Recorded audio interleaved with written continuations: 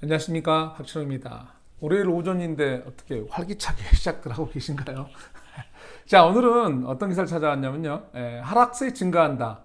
힘 실은 정부. 좀 더 기사는 보여드릴 건데, 저는 이제 이 말에 대해서 이제 도대체 어떤 신호를 감지해서 해석했길래 어떤 시각으로 어떻게 바라봐서 저런 얘기가 나오는지, 사실은 부동산 관계장관 회의에서 나온 얘기인데 좀 그걸 좀 풀어볼까 합니다. 자, 우선은 우선은 정부의 의식을 어떤 식으로 바라보고 있는지를 파악해야 되는 게 먼저겠죠. 근데 이제 기사가 먼저 떴어요, 이렇게. 하락세 증가한다. 힘 실은 정부. 전문가들은 이제 그뭐 거래량이 적다 얘기하는 거고요. 근데 어쨌든 간에 밑에 보시면 살짝 확대해 볼까요?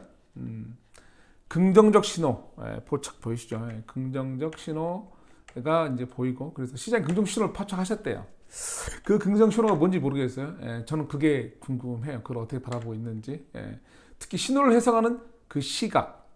원래가 우리가 어디서 받아 분야에 따라서 다 다르잖아요.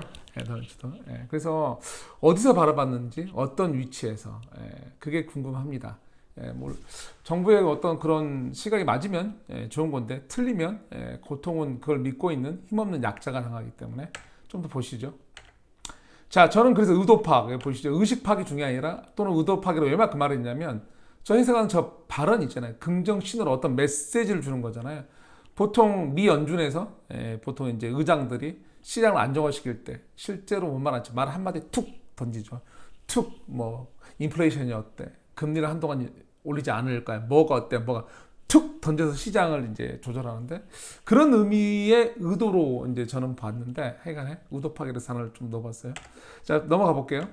자, 우선 원문이에요. 저게 나온 이유, 이제 원문 얘기 나오는데, 원문이 뭐냐면, 이제 18차 부동산 시장 점검 관계장관 회의가 3월 26일 날 있었습니다. 그래서 했고, 1번이 보신 대로 부동산 투기 근절 및 재발 방지 대책, LH 사태 얘기하는 거죠. 그 다음에 이제 공급 대책, 이사 대책 얘기 나오는 건데, 여기서 이제 좀 나온 것들 얘기가 있어요. 근데 재밌는 건 먼저 이 부침 자료를 보면, 자, 부동산 시장 점검 관계자가 회의인데, 이슈가 먼저는 뭐가 터지냐면, IMF예요. 밑에 보시면 다 그런 거죠. IMF 얘기 나오고, 연례 결과 보고서. 여기 나온 건 뭐 경제 전망, 정책 공고, 성장률 얘기 나오죠. 우리 경제. 그래서 OECD 전망치 크게 상회하는 수치, 크게 상회하는데 뭐가. 자, 그렇게 상회해요. 근데 어쨌든 간에 제가 하고 싶은 말은 IMF하고 경제 성장률, 기타 이렇게 OECD 전망치 넘어선다는. 근데 이거 오늘 주제 이 관계장과 회의의 핵심은 부동산 시장 점검이잖아요. 저런 얘기 왜 하나요? 당연하다고요. 아시는 분들은 당연하겠죠. 이 부동산 시장만으로 이렇게 흘러가지는 않죠. 우리가 부동산 시장이 이미 금융과 연결이 많이 돼 있죠. 금융. 그래서 여러분이 대출 규제와 여러 가지를 같이 연동돼 있고, 환율이 어떻네, 미국 국채 금리가 올라가면서 돈의 수요가 많이 늘어나고, 그래서 우리가 금리 올릴 거에서 그래서 폭락도 있고 별 얘기 다 하죠. 연결돼 있다는 거죠. 자, 부동산 시장이 연결이 돼 있다는 걸 보여주는 겁니다. 이게 이제 보여주는 건데, 자, 그러면 이제 그 연결성인데, 제가 궁금한 건, 여기서 보면 이 연결성 있다는 걸 인정하겠는데, 내용이 뭐죠? 성장률이 밑에 나오죠. OECD 전망치도 크게 상회한대요. 좋은 거네요. 좋은 거 맞죠? 제가 지난번에 영상 하나 올린 게 금요일에 올렸나? 그때 이런 거 하나 올렸죠. 여러분, 잠시만요. 곧 다가올 GDP 4만 달러 시대, 집값은 더 오를까? 사실은 이제 그 2028년 정도 예측을 하는 그런 이제 보고서들 하는부터. 근데 이제 그게 기사 떴었는데, 그런 게 이제 좋은 게 아니고, 우리가 다른 데보다 4만 달러 가는 늦게 5년 더 걸린다 이런 내용이었거든요. 이렇게 그 고용률이나 그다음에 이제 고령화 여러 가지 다른 문제 때문에. 근데 어쨌든 간에 중요한 건 간대요. 그래서 제가 이제 질문을 던져본 거였죠. 이렇게. 4만 달러 가면 집값 어떻게 되냐고. 뭔가 수치가 증가하는 거잖아요. 저런 얘기들이 분명히 연동성이 있기 때문에 여기서 관계장관 회의에서 나온 거고, 그렇게 수치가 올라간대요. 그런데 안정화 좀 이제 궁금해지는 거죠. 좀 더 가볼게요. 여기서 나온 얘기 보면 이제 소비 지수도 상승한대요. 소비 심리 지수. 소비 심리 지수 상승한다는데 제가 궁금한 건 어떤 사람이 소비 심리 지수가 상승했냐. 뭐 제 주위에 장사하는 분들 힘들대요. 코로나 때문에 정말 힘들어요. 진짜 제가 보면 많죠. 누가 상승했을까요? 자산가들, 자산이 여력이 있는 사람들. 이 코로나 때문에 부의 양극화가 더 벌어졌다는데 그 위에 있는 사람들. 자, 근데 그런 사람들의 자산 하락 시기가 온다면 소비 지수 심리가 말이 안 나오네. 그러니까 상승할까요? 네, 무슨 말이냐면 경제 성장도 없던데요. 사실은 이 여력 있는 사람들은 위에 자산가들이잖아요. 근데 이제 우리가 말하는 그들의 자산이 갖고 있는 상당수의 부동산, 좀 주식은 막 흔들리고 있고, 예. 그런 상황에서 이게 정말로 폭락이나 이런 다운의 의미라면 소비 지수가 올라갈 수 있는지를 궁금한 거예요. 왜냐면 그 사람들의 마음의 상태, 즉 여유 상태가 조급해져야 우리가 말하는 건데 막 쏟아지잖아요, 물건이. 예. 그런 의미에서 생각해 본 거고요. 지금 이제 오히려 부동산 시장 LH 사태는 이게 한 페이지로 이제 정리가 됐는데 여기서 이제 나온 얘기들이 있는 거죠. 예, 보시면 가격 상승폭이 조금씩 줄어든 흐름이래요. 예, 줄었대요. 안 오른 게 아니고 상승폭이 줄었다는 얘기고요. 1번이. 2번, 매도 매물이 증가하고 있대요. 예, 물건을 내놓으려는. 예, 그 다음에 선호입지, 강남 전세가가 하락했대요. 예, 이게 긍정 신호예요. 세 가지 본 게 뭐였냐면 1번이 가격 상승폭 조금씩 줄어듦. 자, 제 질문은 지속적으로 폭등한 시장은 없다. 모든 시장은 지속적으로 쭉 가는 시장이 없잖아요. 무슨 말인지 아시죠? 그래프가 세상에 이런 거 있나요? 어떤 그래프가 계속 이렇게 쭉 가는 거, 이렇게 올라가는 거? 쭉 올라가는 거 있나요? 아니죠. 예. 아니죠. 보통 이제 뭐 이러이러하다가 가고 다시 내죠. 이러이러다가 가고 이런 식이죠. 예. 정말 강세장이라면 강세장 속에서도 이렇게만은 없어요. 흔들리다 이거거든요. 자, 그런 의미에서 제가 얘기 드린 거고요. 좀 더 보면 매도 매물 증가는요. 가격 피로도 제가 말하자면 사실은 너무 오른 지역들 많죠. 특히 오랜만에 오른 지역 많죠. 강북에서 오랜만에 돈을 만져본 주택 소유주들. 그다음에 6월 기한으로 해서 어떤 기준을 정해줬죠. 그 세금 문제 오른 것도 있고 당연히 매물이 나오는 게 정상. 무슨 말이냐면 비가 왔어요 위에. 그러면 우리 시냇물 양이 증가하죠. 지금의 사태는 저 입장, 제 개인의 입장 그 이상으로 보지 않는 거죠. 예. 정상적으로 이익 실현도 해야 되고 누군가는 우리 주식시장도 왕창 오르면 개미하고 연금이랑 전쟁할 때 어떻게 하죠? 연금공단 이런 애들 그분들은 이익 실현 큰 돈이잖아요. 할 때가 있잖아요. 계속 그 추세를 끌고 가고 싶은 개미들이 쭉쭉 계속 투자해서 올리고 싶은데 계속 물량 투하하죠. 왜 하죠? 이익 실현해야죠. 이익 실현. 예. 주식시장 이익 실현 구간도 필요한 거죠. 지금 상태를 보면 오히려 그런 구간이지 않나 싶은 거죠. 강남도 전세가 하락세, 예, 맞아요. 근데 강남 이사철 끝났죠. 너무 올라서 다 갱신권 사용했어요. 사실은 강남이 무서워서. 그래서 완전 이동 정지가 걸렸죠. 그런 상황에서 당연히 어떤 사람은 나가야 되는데, 완전 이동 정지가 무서워서 다 갱신했거든요. 그 상황에서 일시적 어떤 기간에 대한 어떤 그 특성을 이걸 신호로 보는 건 좀 오버 아닌가. 문제는 내년 가을부터죠. 예, 내년 가을부터 이 갱신권 사용한 사람들이 내년 작년 가을부터 나오기 시작하겠죠. 예, 상당히 많은 양이 나오겠죠. 근데 그 사람들 나오면 물량도 있는 거잖아요. 왜 누군가 나가면 누군 들어오니까. 그런데 이사 자체는 그렇게만 생각할 게 아니라 이사 자체 비용 자체가 부담이죠. 예, 갱신하게 되겠죠. 한번 오는 거. 또 중요한 건 뭐냐면 항상 추가 수요가 있죠. 뭐 결혼을 해서 들어온다거나 아니면 그 진입해야 되는. 근데 이 물량이 부족할 때 전세는 이 마을에 단 한 집만 부족해도 뭐 이렇게 100가구 사는데 101가구만 돼도 문제가 돼요. 예, 집이 부족할 때는. 근데 우리가 내년까지 공부할 방법 없죠. 예. 더 중요한 건 제가 이 부분이었어요. LH 사태를 언급하셨어요. 보셨는데 LH 사태가 부동산시장에 부정적 영향을 끼칠 거라 예상도 있었으나 불확실성이 확대되지 않은 점, 다양스럽게 생각. 여러분도 그렇게 생각하세요? 예. 저는 이거 진짜 이 부분에서 전혀 동의를 못 하겠어요. 여기서 이제 판단을 알아서 각자 하시면 될 것 같아요. 동의하시는 분은 오케이. 저같이 동의 안 하시는 분은 다르게 보면 되는 거죠. 시각인지 의도인지 아까도 처음에 약간 언급했었는데요. 예.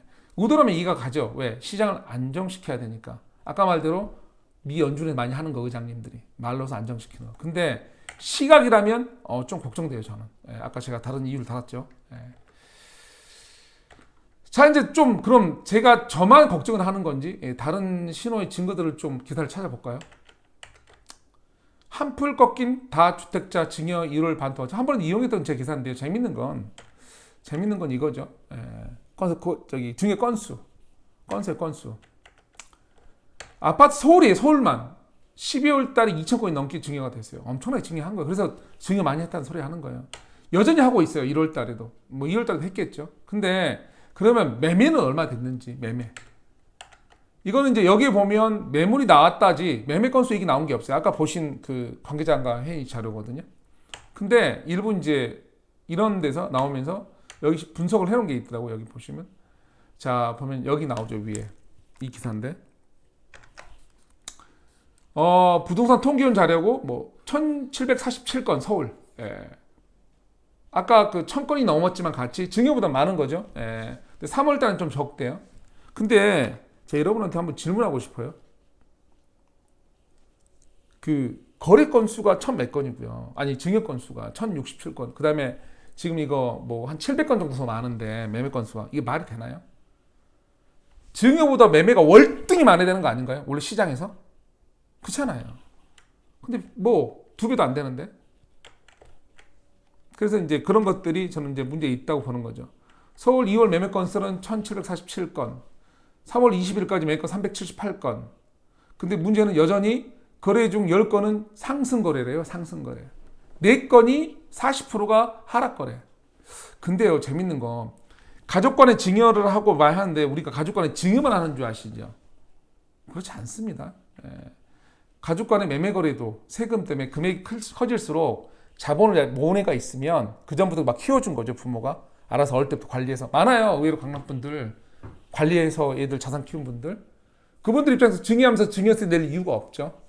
한 차례 갈아타기. 그래서 매매 건수. 근데 그런 분들이 매매할 때 그렇게 높게 받으려 할까요? 이왕이면 동네에서 제일 낮은 가격. 아니면 실제 거래된 가격보다 1, 2, 3억, 1, 2억. 그 문제되는 거 아니잖아요. 실제 사는 거니까 얘 돈으로. 증여의 가족간 매매 거래 상당해요. 저 비율 10건 중에 6건은 신고가고요. 40%가 아래 내려간 건데 의외로 저런 거래도 있다고 말씀드리는 거예요, 제가. 자, 그 다음에 이제 보시면 이제 그래서 그런 내용들 읽어보면 나왔죠. 전국 아파트 증여 건수는 여전히 많아요. 6천 건이 넘어요, 전국적으로는. 이거 많다 생각 안 가지세요? 전국 아파트 증여 건수 여전히 엄청난 증여를 하고 있어요. 그래서 제가 그거를 이 신호를 이게 안정화됐다고 볼 수가 없는 거죠. 이것도 이제 3월 27일 기사인데 무슨 이 줍줍마저도 경쟁률 수백 대 1이래요. 수백 대 1. 가능 보여드려요? 수백 대 1. 더 이상 기사만 봐도 되겠죠. 이것도 27일 기사인데 이건 뭐냐면요. 싼 집 찾아 인천으로 한 달 만에 1억 5천만 원 급등. 여전히 엄청나게 퍼져나가고 있고 신호가 이런 것들이 있죠. 이런 상황인데 이게 안정화 신호라 보기에는 저는 이해가 안 가요. 그 다음 이건 이제 제가 뭐냐면 땅값 얘기예요. 서울 도심 땅값 떨어지고 있을까? 공시지가만 오른 얘기하는데 평균. 여러분 우리가 서울 땅값을 얘기할 때 갑자기 아파트 값하고 얘기할 수는 없잖아요. 그러면 이제 그 기준들을 제일 평가하는 게 단독주택 가격들. 그 허물고 빌라 짓고 별거 다 하니까. 근데 저 떨어지고 있을까예요. 떨어진 게 없죠. 지금도 안 나가보세요. 가격 떨어진 거 있는지. 이거는 이제 얼마 전 기사인데 공급 대책 예고에도 뜨거웠던 서울 단독주택 경매 열기. 뜨겁죠. 뜨거워요. 아주 뜨거워요. 살려는 사람 정말 많아요. 자, 이건 뭐냐면 LH 사태 때문에 하나 기사 찾아본 거죠. 이거는 상기 신도시인데 고양 창릉 이미 발표했던 건데 대책위만 10개. 뭐만 10개요? 대책위. 주민 간의 모임. 잘도 얘기 되겠네요. 원주민 투기권 요구 제각각. 이렇게 돼 있는데 자 이런 거죠. 제가 LH 사태가 진정됐다고 봐야 되느냐? 저는 물음표죠. 물음표예요. 마무리 치면 제가 보기에 주택시장 안정은 바랍니다. 그런데 바라는 것과 현실 판단은 조금 구분되어야. 왜냐하면 정부가 하는 얘기잖아요. 정부를 믿고 있는 사람들이 많잖아요. 잘못되면 사과 한마디로 끝날 내용이 아니잖아요. LH 사태가 사과 한마디로 끝날 내용이 아닌 것처럼 이건 더 큰 거거든요. 아직은 여러 가지 신호 혼선이죠. 자, 하락세 또 중요한 분이에요. 하락세에 겨우 신호를 잡았다 했어요. 여러분 헷갈리지 말아요. 하락세라는 기조는 폭락을 의미하는 게 아니에요. 일부 하락 조정 이거 제가 항상 하는 얘기 있잖아요. 그림에서 아까 잠깐 말했는데 원래 이러 하다가 이렇게 가고 다시 이러 하다가 이렇게 가고 원래 장기 추세가 중요한 거거든요. 추세 현실은 아니지만 지금 이 신호가 꺾이느냐 안 꺾이느냐가 중요한 거지. 이 중간에 잠깐 내려갔다 뭐 했다 이게 중요한 게 아니라고. 장기 추세가 중요한 거라고. 장기 추세가. 거기서 내려갈 뭐가 신호가 잡힌 게 있느냐 중요한데 없어. 아직 보이지가 않아요. 그래서 제가 걱정하는 거고. 그래서 지속적 폭등 그래프는 세상에 존재하지 않으니까 일부 지금 이렇게 움직였다 해서 이 지점, 지금 내려가는 이 지점이라고 해서 이거를 무작정 하락 추세다 이렇게 생각지는 하지 마시라 이렇게 말씀을 드리는 거고요. 그 다음에 이제 부자는 이익 실현 시점과 이동 그리고 관망의 여유가 있다. 여러분들이 지금 이 매물의 모든 게 다 주택자 아니면 뭐 부자들 이런 얘기 하잖아요. 많은 증여가 이미 이루어졌고 일부는 매매 방식도 이루어졌어요. 그 다음에 이동도 하죠 자산에. 그 다음에 이제 관망, 조정기 그래프가 이런지 안단 말이에요. 이걸 투자를 안 해본 분들만 투자를 전혀 뭐 생각 안 해본 분들만 항상 이렇게 생각 그래프가 이런 줄 알더라고요. 시장의 그래프가 이거 확대해서 보여드리면 아까 제가 몇 번 강조하지만 이런 식으로 생각하는 거 이런 식으로 생각하는 거 이런 식으로. 그러니까 좀만 내려가면 야 폭락이래 내려가는데 하락 추세래 이거 아니거든요. 세상 그래프는 무조건 이거예요. 세상의 그래프는 무조건 안 하려고 아세요? 그래서 이게 항상 이런 내려가는 시점도 있고 이사철 되면 뭐 이 시점도 있기 때문에 부자들이 관망이란 걸 하죠.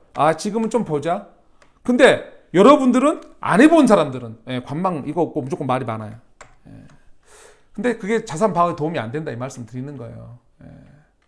자, 이 정도 마무리하고요. 제가 또 오늘 또 심하게 좀 떠들어 봤고 내일은 또 다른 걸로 찾아뵙는 시간 갖겠습니다. 근데 정말로 아직 신호 안 보여요. 장기 추세가 이게 보여야 되거든요. 그런 걸 좀 감내하시고 인식하시고 판단하셨으면 좋겠습니다. 오늘 또 구독, 좋아요, 알람 설정 부탁드립니다. 감사합니다.